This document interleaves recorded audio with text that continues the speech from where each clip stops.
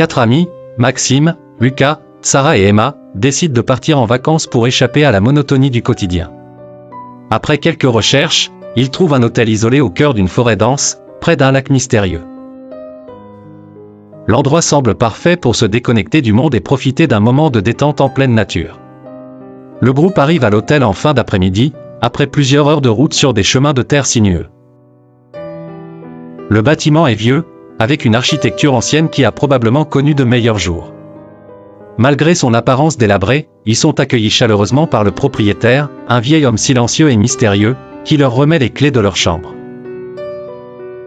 En regardant par la fenêtre de l'hôtel, ils aperçoivent la forêt qui s'étend à perte de vue et le lac calme, dont les eaux noires semblent cacher des secrets. Tout semble parfaitement paisible, presque trop paisible. La première nuit se passe sans incident majeur, sauf pour Lucas. Vers 3 heures du matin, il est réveillé par un cri lointain venant de l'extérieur, près du lac. Curieux mais effrayé, il se lève pour voir si quelqu'un est dehors, mais la nuit est incroyablement sombre, et il n'y a rien à part le vent qui fait bruisser les arbres. Il retourne finalement au lit, pensant que son esprit lui joue des tours. Le lendemain matin, les 3 amis restants se lèvent et descendent prendre le petit déjeuner. Cependant, Maxime ne rejoint jamais le groupe. Sarah monte à l'étage pour le réveiller, mais sa chambre est vide. Son lit est impeccablement fait, et aucune de ses affaires n'a bougé. Inquiet, il demande au propriétaire de l'hôtel s'il l'a vu sortir, mais celui-ci affirme qu'il n'a rien remarqué. Maxime semble avoir disparu sans laisser de traces. Il passe la journée à chercher Maxime dans la forêt environnante, pensant qu'il a peut-être voulu explorer seul. En vain. La nuit tombe, et il rentre à l'hôtel, l'esprit troublé par cette disparition étrange.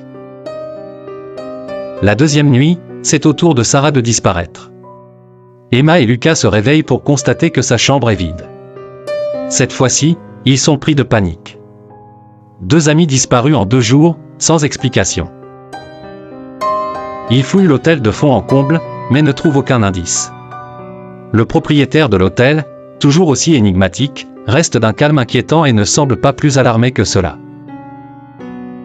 Lucas, décidé à comprendre ce qui se passe, commence à explorer les environs de l'hôtel pendant que la nuit approche. Il marche dans la forêt dense, guidé par une sensation étrange. Après des heures de marche, il tombe sur un sentier caché qui le mène à une clairière derrière l'hôtel. Là, il découvre une petite colline couverte de pierres tombales anonymes. Le sol semble fraîchement retourné, et Lucas comprend alors qu'il s'agit d'un cimetière. En explorant davantage, il découvre une tombe ouverte. Il est horrifié lorsqu'il voit qu'elle est marquée du nom de Sarah. Près de cette tombe, d'autres portent les noms de personnes qu'il ne connaît pas, mais l'une d'elles lui glace le sang, c'est le nom de Maxime, gravé sur une pierre en ruine. Le pire, cependant, est lorsqu'il aperçoit une autre tombe avec son propre nom inscrit dessus.